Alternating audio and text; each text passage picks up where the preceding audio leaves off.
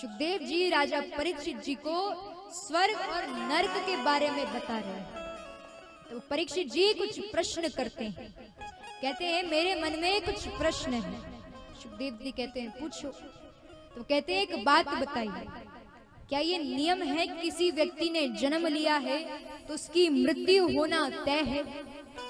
सुखदेव जी कहते हैं बिल्कुल, यदि किसी व्यक्ति ने जन्म लिया है तो उसकी मृत्यु होना तय है।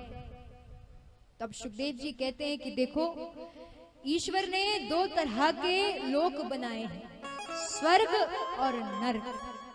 तो परीक्षित जी कहते हैं एक बात बताइए, व्यक्ति स्वर्ग और नरक में डरता क्यों है? स्वर्ग जाने के लिए सब सोचते हैं और नरक जाने के बारे में किसी से कह दो तो घबरा जाता है, ऐसा क्यों है?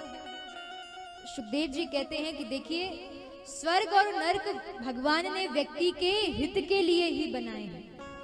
यदि कोई व्यक्ति अपने कर्मों का प्रायश्चित नहीं करता है तो नरक जाना पड़ता है, और जो अपने जीवन में अच्छे कर्म करता है वो स्वर्ग लोक जाता है।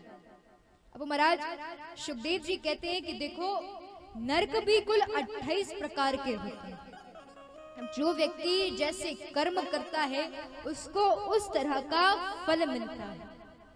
अब सुखदेव जी कहते हैं कि जिस तरह से मान लीजिए किसी व्यक्ति ने पराई स्त्री, पराये धन का, किसी पराई वस्तु का हरण करा है तो वो तामिस्त्र नामक नरक में जाता है, और जिसमें दंड के रूप में अन्न और जल नहीं दिया जाता है, बड़ी पीड़ा सहनी पड़ती है। उसी तरह से जो व्यक्ति जैसे कर्म करता है उसे उस तरह के नरक में पटक दिया जाता है। यदि कोई व्यक्ति अच्छे कर्म करता है, जीवन में अच्छी तरह से अपने जीवन को बिताता है, तो उसे सीधे स्वर्ग लोक भेजा जाता है, जहां पर वो आनंद के साथ रहता है।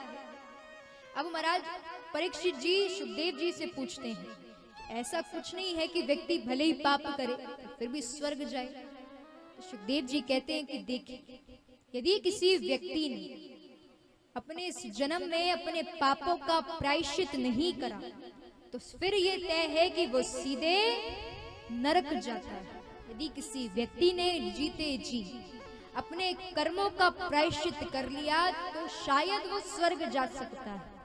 अब महाराज इसी तरह से एक वैद्य जी थे, वैद्य जी ने एक नया औषधालय खोला है। तो देखिए, होता है कि कोई भी दुकानदार या कोई भी डॉक्टर जब नया कुछ खोलते हैं तो उसका विज्ञापन देते हैं। उसी तरह से वैद्य जी भी विज्ञापन देते हैं कि यहाँ पर हर तरह के रोग की औषधि मिलती है। अब बोर्ड लगवा देते हैं। तब महाराज कुछ दिनों बाद उनके यहाँ पर एक व्यक्ति आता है।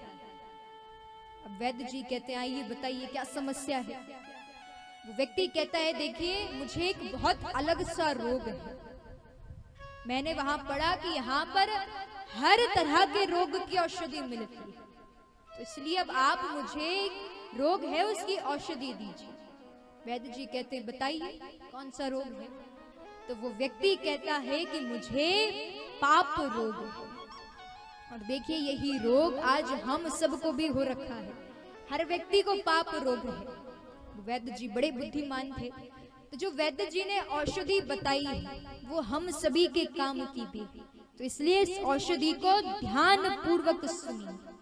तब महाराज वैद्य जी एक पर्चे पे लिख रहे हैं, दवाई लिखते हैं, औषधि लिखते हैं, फिर उस व्यक्ति को देते हैं और कहते हैं कि देखो, सबसे पहले वैराग्य के बीज बो, फिर संतोष के पत्ते इकट्ठे करो, फिर उसमें बिना रूप का हर्रा मिलाओ, फिर धर्म का बहेड़ा मिलाओ, इसके बाद उसमें आदर रूपी आंवले को मिलाना, फिर श्रद्धा रूपी खलबट्टे में उसे कूट लेना।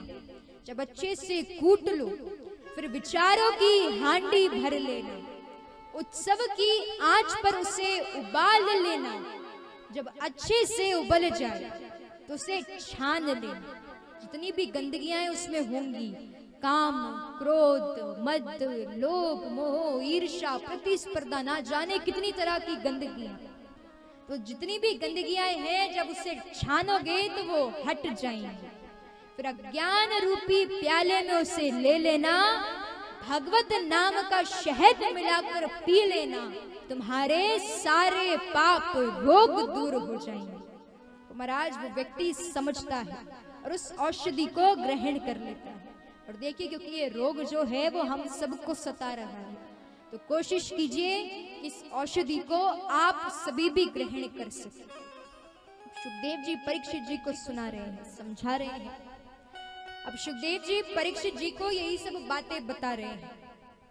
परीक्षित जी कहते हैं कि ऐसा कुछ नहीं हो सकता कि व्यक्ति जीवन भर कुछ भी करता रहे, पर यदि अंत समय में ईश्वर का नाम ले ले तो सीधे स्वर्ग चला जाए। सुखदेव जी कहते हैं ऐसा हो सकता है। यदि कोई व्यक्ति अंत समय में अपने मुख से ईश्वर का नाम लेता है तो वो सीधे स्वर्ग लोक चला जाता है। पर महाराज अंत समय में मुख में ईश्वर का नाम लेना कोई छोटी मोटी बात नहीं है, कि कहा जाता है कि जब अंत समय निकट होता है तब व्यक्ति बड़ी पीड़ा से गुजर रहा होता है। जब अंत समय होता है तब व्यक्ति अपने परिवार वालों को साथ चाहता है। कोई सोचता है कि काश मेरे पिता मेरे पास होते, कोई सोचता है काश मेरी पत्नी मेरे पास होती, कोई अपने संतानों के बारे में सोचता है, तो कोई अपनी धन संपत्ति के बारे में सोचता है। तो जब हमारा अंत समय होता है तब बड़ी पीड़ा में होते हैं। तो इसलिए उस समय मुख में ईश्वर का नाम आना बहुत मुश्किल बात है।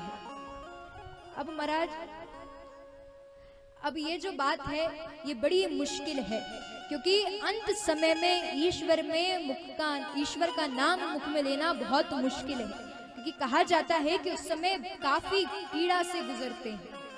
सभी चाहते हैं परिवार वाले सामने खड़े हो, आखिरी बार दर्शन कर ले। तो इसलिए वो बड़े सौभाग्यशाली होते हैं जो अंत समय में मुख में ईश्वर का नाम लेते हैं। इसलिए कहा जाता है कि ईश्वर के नाम का चिंतन कीजिए, उनके मुखारविंद के बारे में सोचिए। क्योंकि कहा जाता है उनके मुखारविंद में, उनकी उस मुस्कान में इतनी शक्ति है कि यदि कोई व्यक्ति उनकी मुस्कुराहट को देखे तो वो दुखों के सागर में होगा तो सीधे सुखों के सागर में चला जाता है। उनकी उस बांसुरी के बारे में सोचिए, इतनी प्यारी बांसुरी बजाते हैं। और आज जब गोपियां उसको सुनती हैं तो सुध बुध खो बैठती हैं, दौड़ी दौड़ी चली आती हैं। वैसे जब भी ठाकुर जी उनकी उस बांसुरी को बजाते हैं तो कोई गोपी जो है वो कुछ काम करती है, कोई अपने यहाँ पर खाना बना रही है, सब वहीं छोड़ करके आ जाती है। कोई पानी भर रही है तो सब छोड़ करके चली आती है। तो कोई कुछ करता है, कोई कुछ। पर जैसे ही ठाकुर जी की बांसुरी सुनी सब दौड़े दौड़े चले आते। तो महाराज आइए उस बांसुरी के बारे में सोचते हैं, तो ठाकुर जी से प्रार्थना करते हैं जब हम भी संकट में हो तब वो हमारी रक्षा करें। तो आइए उन्हीं की उस मीठी मीठी बांसुरी के बारे में सोचते हैं।